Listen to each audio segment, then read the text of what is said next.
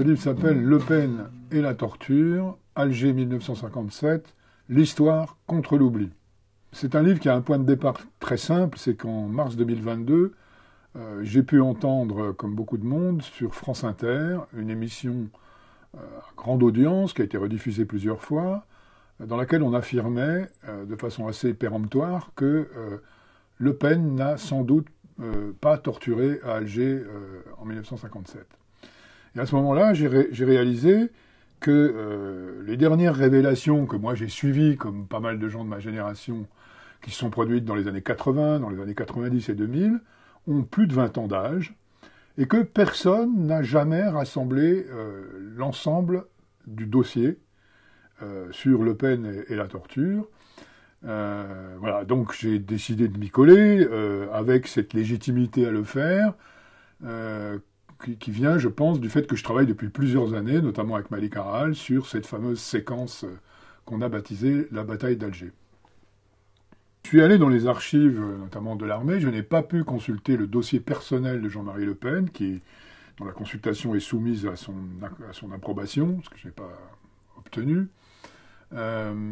J'ai trouvé dans les archives du premier régiment étranger parachutiste auquel il appartenait un certain nombre d'éléments intéressants de contexte, mais l'essentiel du dossier, il est clos en réalité parce que la plupart des gens qui ont eu affaire à lui sont morts.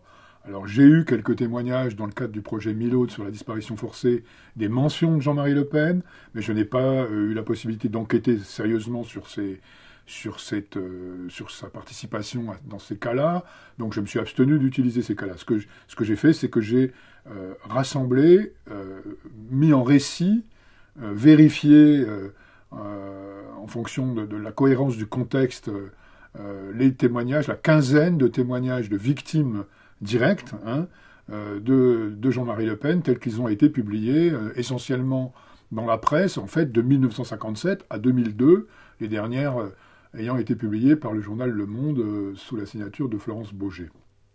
D'abord, il y a ce qu'a fait Jean-Marie Le Pen lui-même, c'est-à-dire qu'après avoir fait l'apologie de la torture et s'être lui-même incriminé en 1962, notamment en disant au journal Combat « J'ai torturé », ensuite il a commencé à diffuser le brouillard et le gaz de l'incertitude en disant oui, mais alors en utilisant une argutie qui est classique chez les tortionnaires, ce qu'on faisait, ça ne mérite pas le nom de torture, c'était des interrogatoires sous la contrainte, poussés, etc. Bon. Et puis surtout, il a attaqué en diffamation pendant 20 ans, dès le moment où il a commencé son ascension politique à partir de 84. Il a attaqué en diffamation tous ceux qui faisaient référence à ce passé. Et il a gagné au début un certain nombre de procès. Il a fini par perdre les 3 derniers de façon extrêmement sèche, mais tout ça a introduit un doute. Et puis surtout, personne n'est allé au bout des choses. C'est-à-dire que ces témoignages d'Algériens, ils ont été victimes, à mon avis, d'un réflexe colonial qui continue à exister aujourd'hui, qui fait qu'on les soupçonne a priori, sans les examiner en réalité. On les soupçonne d'affabulation ou de participer à un complot qui aurait été mené par l'État algérien, ce qui est manifestement absurde, j'en suis bien persuadé. Voilà, donc ce que j'ai fait quand même essentiellement, c'est prendre au sérieux cette parole algérienne, qui a été répétée par ces 15 témoins à plusieurs reprises, qui sont à visage découvert, qui sont venus les répéter sous serment en prenant un certain nombre de risques. Voilà. Donc, il y a une petite musique comme ça qui court, y compris chez les spécialistes de l'extrême droite française, disant oui, mais qui l'accuse, c'est pas sûr. Ce sont les Algériens qui l'accusent. Mais oui, l'armée française a torturé essentiellement des Algériens. Et donc, on trouve dans certaines biographies de Le Pen, il y en a une notamment que je réfute dans mon livre, qui est celle de Philippe Cohen et Pierre Péan, qui consacre un chapitre à la torture, à Le Pen et la torture, qui est un monument, justement, de préjugés colonial à l'égard des Algériens. Par exemple, on leur reproche de ne pas aimer Jean-Marie Le Pen. À leurs yeux, il n'y a qu'un témoin qui trouve grâce parce qu'il déclare qu'il n'en veut pas à Jean-Marie Le Pen. Bon, c'est risible, hein. Il trouve aussi qu'ils ne sont pas crédibles parce qu'ils sont pensionnés par le FLN. C'est un argument ridicule puisque tous les anciens combattants algériens reçoivent une pension de l'État algérien. Est-ce qu'on dirait que d'anciens résistants déportés français, du fait qu'ils ont été officiellement pris en charge par l'État français, leur témoignage sur les exactions nazies serait du même coup sujet à caution? Bien sûr que non. Voilà. Donc vraiment, j'insiste beaucoup dans ce livre sur l'importance de faire comme ce qu'on fait dans tous les cas de crimes d'État qui sont niés et dissimulés, c'est-à-dire dont on ne trouve pas a priori de traces explicites dans les archives, dans des cas où les acteurs militaires ont observé une véritable omerta, en dehors du cas célèbre de Paulo Sarès, eh bien, la seule source dont disposent les historiens, qu'ils doivent traiter de façon critique, naturellement, ce sont les témoignages des victimes, dans le cas de la guerre d'indépendance algérienne, comme dans le cas du génocide des Arméniens, par exemple, ou d'autres. Voilà.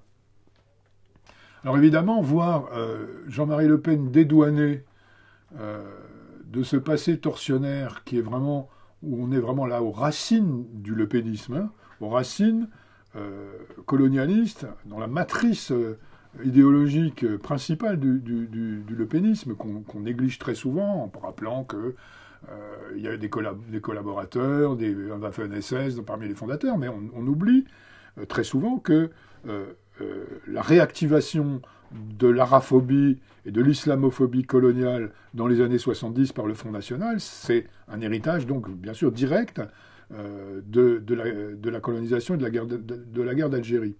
Et voir Le Pen dédouané de ce passé aujourd'hui, c'est comme une forme ultime de la dédiabolisation qui est vraiment dépassée, quoi. Hein.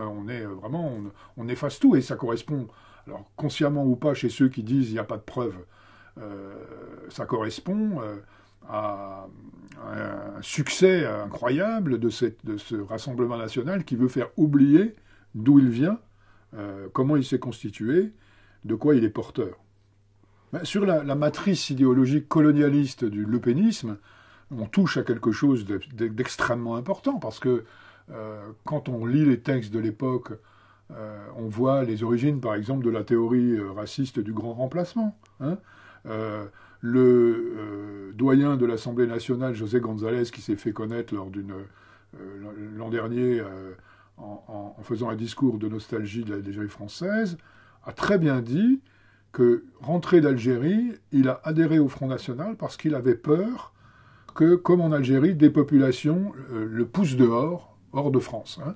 Ça, c'est un sentiment qui remonte aux années 70. Le Front National a été le passeur du racisme colonial, et avec le succès qu'on sait, hein, bien sûr, et aujourd'hui, on sait bien que tout ça diffuse très largement au-delà de ses propres rangs, jusqu'au gouvernement, voire la loi immigration récente.